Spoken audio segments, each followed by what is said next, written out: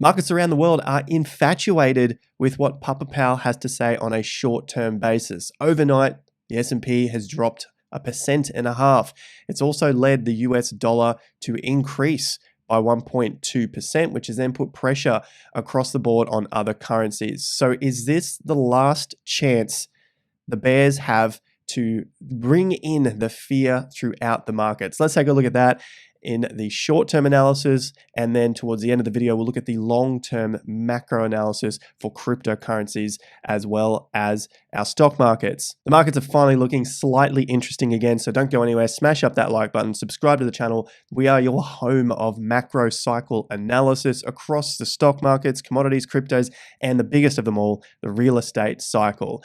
Let's begin with the news overnight, looking at Fed Chair Powell says interest rates are likely to stay higher than longer. Yes, we've seen the stock markets close on a short-term basis.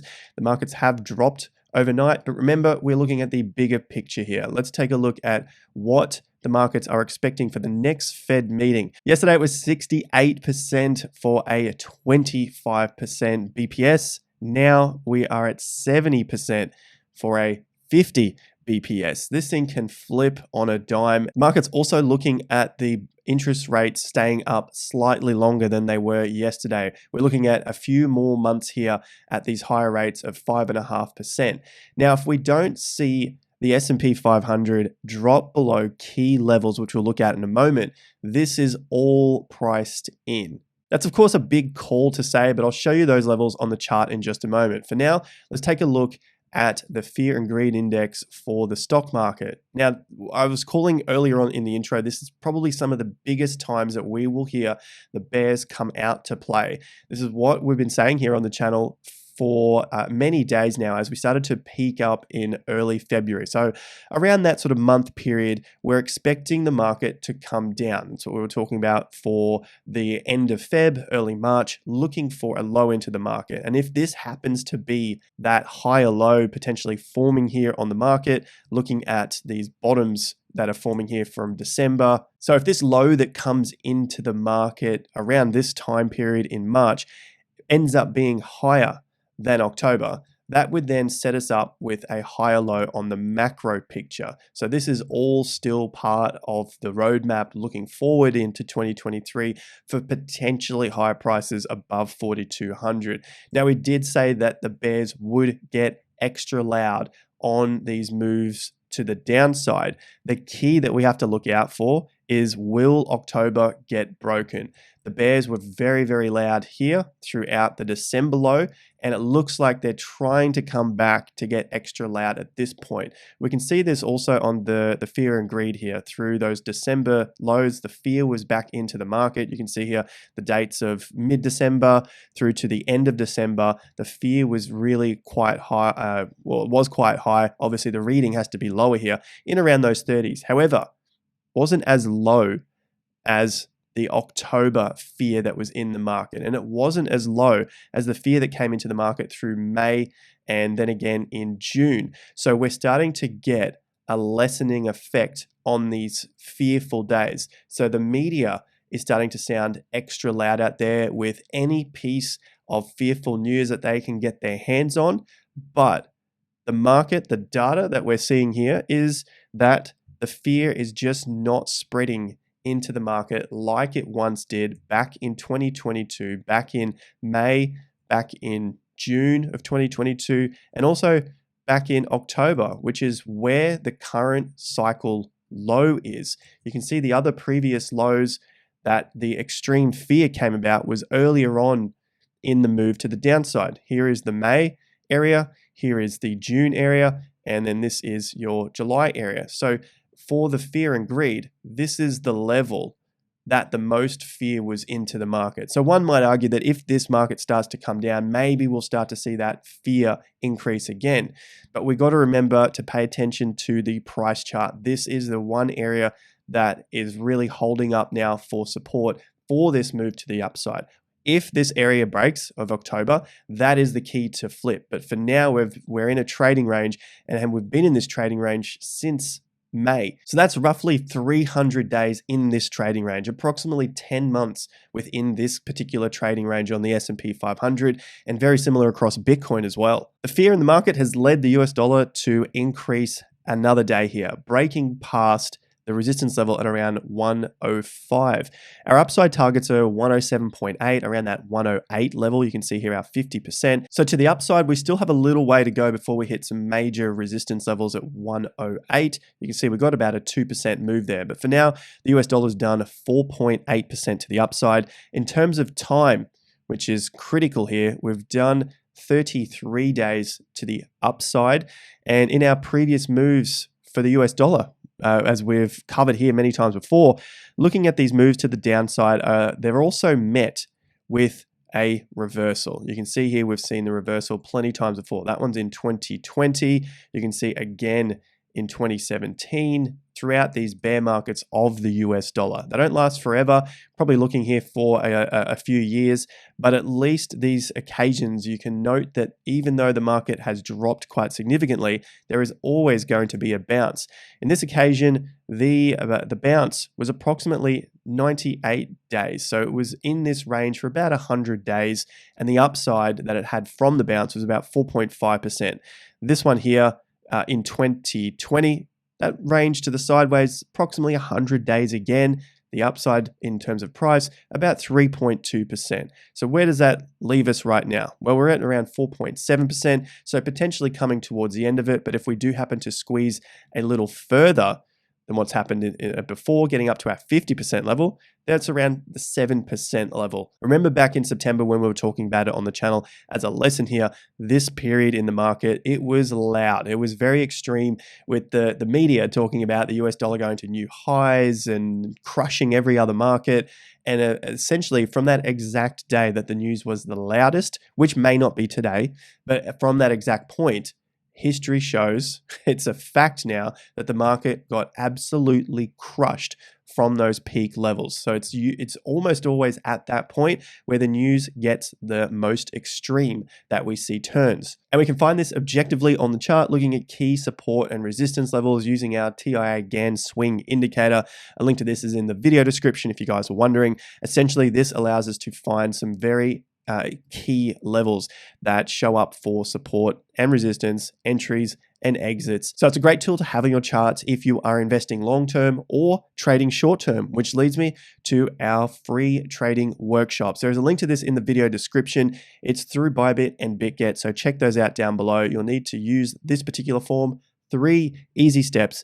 It is free trading strategies that you can learn if you already have some trading experience. So go and check that out in the top of the video description and get on board with our free trading workshops. Now we've got the short term and long term to cover for Bitcoin, but just wrapping up on the US dollar, looking at the long term here, we can be long term bearish, but short term bullish. This is the US dollar. Long-term bearish, we see a lot of months down here. So this is the macro chart. We see a lot of months down. We're seeing some resistance coming up at this point in time. But in the short term, which is what we have seen, we've seen multiple days of the rally. This can just be a rally within the bear market. The chart is showing some short-term strength in amongst the long-term bear trend. You can see our swing indicator has broken down on the monthly chart here, which is a very key level. You can see this level is around 105. We're starting to break just above that, but the downside is much greater than any of the previous downside. So that's something that is quite important for the bulls to overcome if it's going to flip macro bear to macro bull. For now, it's still on the downside. The trends are still down. We have to respect the trends. So essentially, this timing may be coming to an end like we looked at in the short term, which may then start to give a little more strength back to Bitcoin. But in the short term, we're going to see some downside among stocks, cryptocurrencies, until we see a rejection here for the US dollar.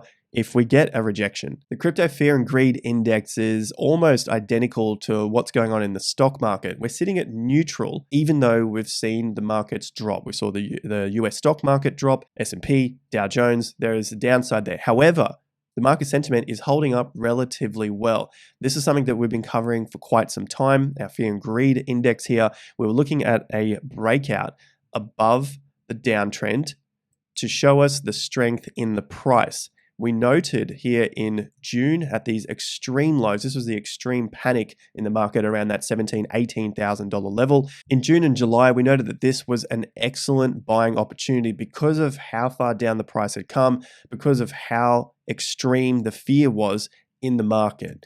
Then when the October, November lows came in, which was actually lower for cryptocurrency in November.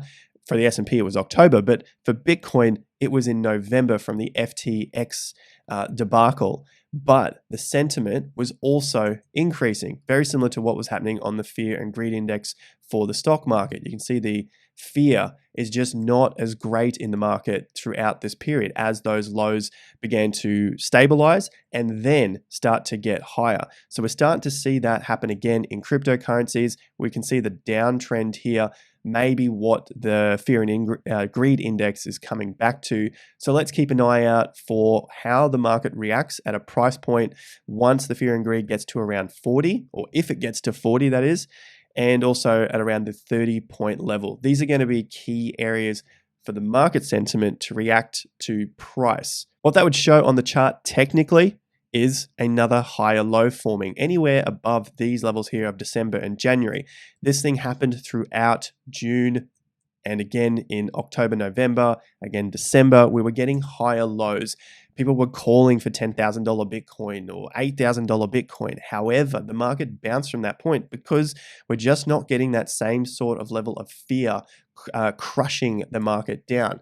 It can come, it can happen. Remember, through this point here in August and September of 2019, there were some extreme fear readings. However, the price was still much higher than that point. And so the further we move away from these lows, it's going to become a lot better for the price of Bitcoin if we were to see some sort of extreme panic into fear. But for now, we're still around those levels of around 22,000. This could potentially put in a higher low here at around 30 to 40 on the fear and greed index, which would still fall into alignment with the macro picture of Bitcoin being bullish, even though the short term is looking bearish. And so that leads us to update the Bitcoin chart here. We're going to start on the shorter term time frames compared to what we normally look at, which is the longer term stuff here. In terms of the short term, we're seeing breakdowns. We're seeing $22,000 hit. It's what I'm posting on Twitter about under 22K being a pretty good buying opportunity. I know there's still a lot of people calling for much lower prices, and I might be shooting myself in the foot here because it is not what the masses want to hear. The masses want to hear that we are going much lower. I'm going to be wrong, all that sort of thing. And so I don't get as many subscribers and that sort of stuff. But at the end of the day, I'm sticking true to my analysis here on the charts and just presenting you with what the charts are showing us right here. These downside moves are becoming less and less. Doesn't mean that we can't plummet a little further, but it's something to pay attention to as the move carries on. Remember, our downside support levels are around January here in the mid 20,000s. We still have to get past the mid 21,000s. So there are a couple of support levels here.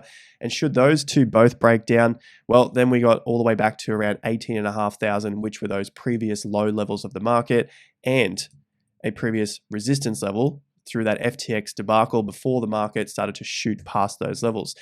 So on a little longer term than the hourly chart, on the daily chart here, we have 21.5, we have 20.5, and probably worst case scenario around the mid 18,000s. So these, to me, are pretty good buying opportunities under 22K. Like I've been saying for a while now, between that 18 and 22K is probably one of our best buying opportunities if we're able to get as low as this region here. It may only get to our halfway point at around 20,500. So keep that in mind if you're looking to DCA into Bitcoin longer term. Overall, for the macro structure, nothing has changed here. Still long-term macro bullish. Yes, the short-term could be bearish, but that's what happens throughout a macro picture. You got a view of the market going up longer term. Obviously, it doesn't go up in a straight line, but there's always those few people that think you're turning bearish and bullish on the daily basis here. Within a macro view of an upside, it's going to have some bull periods, some bear periods, some more bull periods, maybe some consolidation, and then some moves again. And at the moment, we're in one of those shorter term bearish corrections. Hopefully it goes as low as possible and maintains the bullish structure, which from my analysis is around that 18,500. So it's some good buying opportunities. But if it doesn't get that far, I'm still looking towards 20.5 to the current prices here at around 22,000 for a good entry opportunity for Bitcoin. Stay tuned for further updates on the channel. Like and subscribe. And of course, in the top of the video description, there is our free trading workshops where you can learn how to trade using the TIA Gann swing indicator. Subscribe to that. Check out those links. Follow those 3 steps to get onto it. And hopefully we'll see you over in the trading workshops. Thanks once again, guys. Until the next one, peace out.